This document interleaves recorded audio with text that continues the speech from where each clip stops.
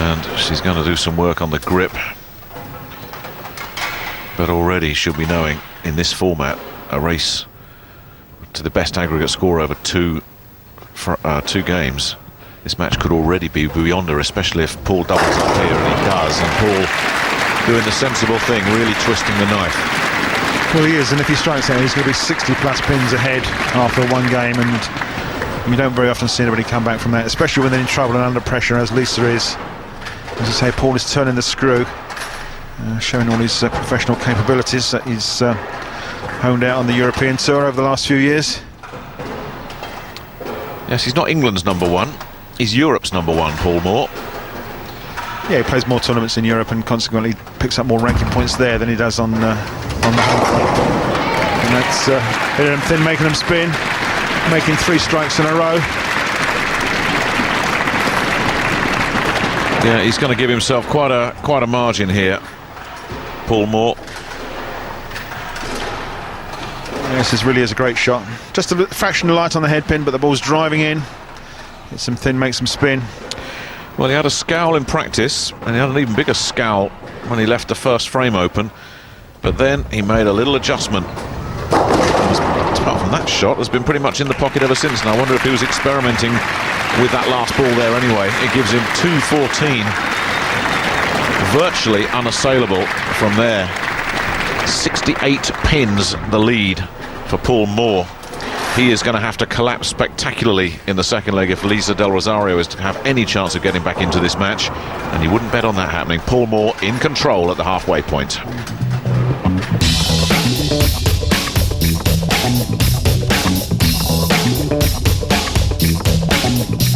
Just before we start Game 2, PBA pro Chris Barnes takes us through another aspect of the game of 10-pin.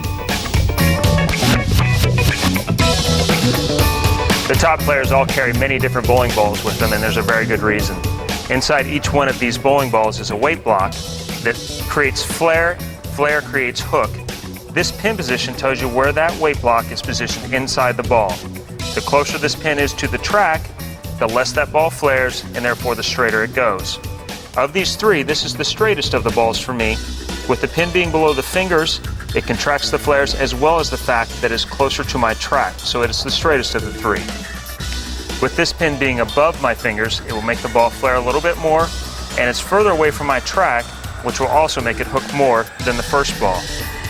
This last ball has 2 things. It has a pin below, which will make it appear to roll a little bit sooner, but is further away from my track, which will increase the flare, and it has a weight hole, which will also make the ball hook a little bit sooner. So this ball hooks the most out of these 3. Back to the action. This is the second frame of the second game. Lisa Del Rosario having spared in frame 1, and Paul Moore looking for a double.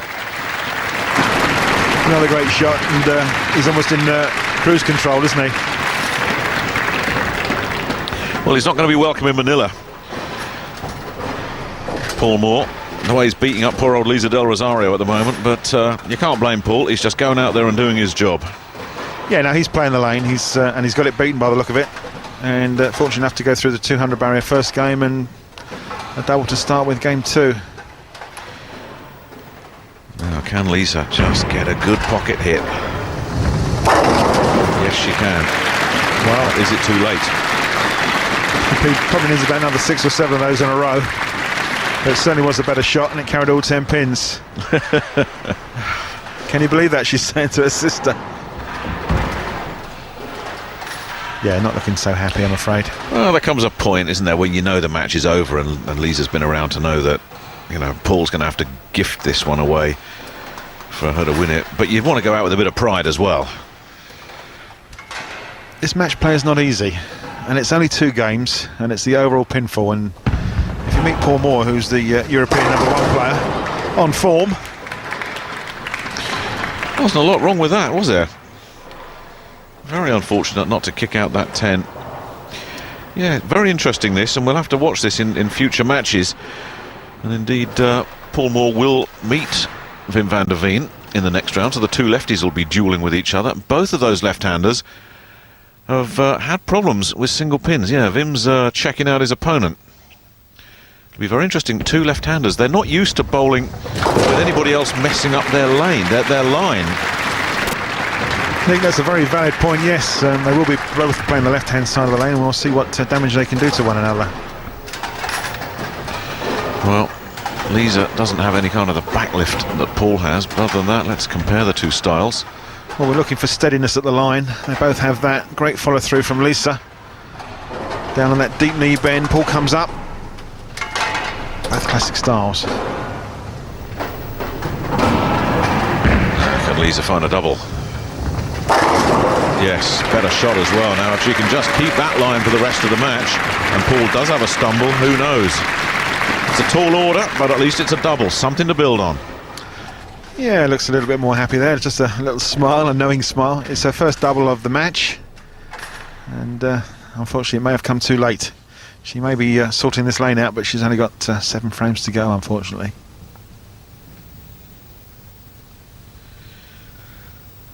Paul will have made a little mental note of that. Hello. The opponent's had a double. Let's put them back in their place now. Let's get back on strike. Let's not leave any flickers of hope flickering away there. Ooh, again unlucky. Again, it's a shot that you couldn't change much on, and on another day it would produce all 10. Probably just too much hook going into the back end as it enters the 1-2 pocket. Loads of rotation on the ball. Here comes the hook, and he can't even actually get a messenger to fly back and take that 8-pin away. That was the problem. Too much hook, but hey, you know, take them while you can. It's interesting that he's having exactly the same problems as Wim. It's been the 7, it's been the 9, it's been the 10. There it was the 8. Wim had that problem as well. Yeah, these left-handers have a problem with these single pins. That's bizarre, isn't it? Can't kick them out all the time.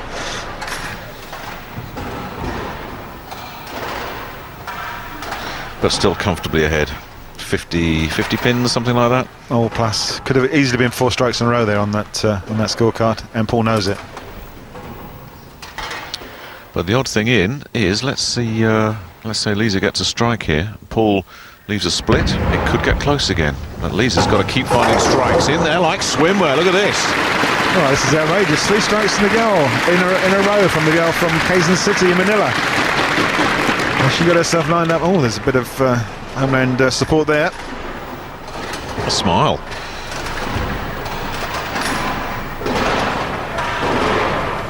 Nice looking shot, lays it out well on the lane and gets the reaction in the back end, carries all 10 right in the 1-3 pocket. Sweet spot for the right-hander. So, let's see what Paul can come up with now. Lisa's on a bit of a tear up.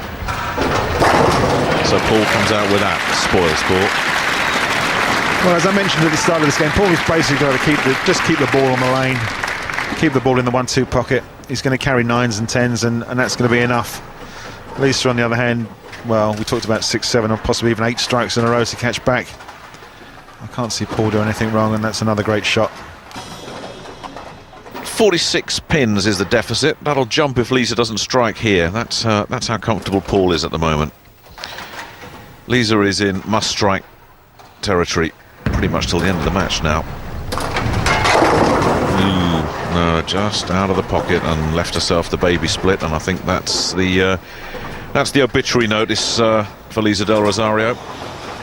This is not a bad shot. It's just a fraction high on the head pin, but unfortunately it's left a 4-9 split, which has come up and, well, it sort of bites your legs really, doesn't it? It's close to a strike shot and you get punished severely.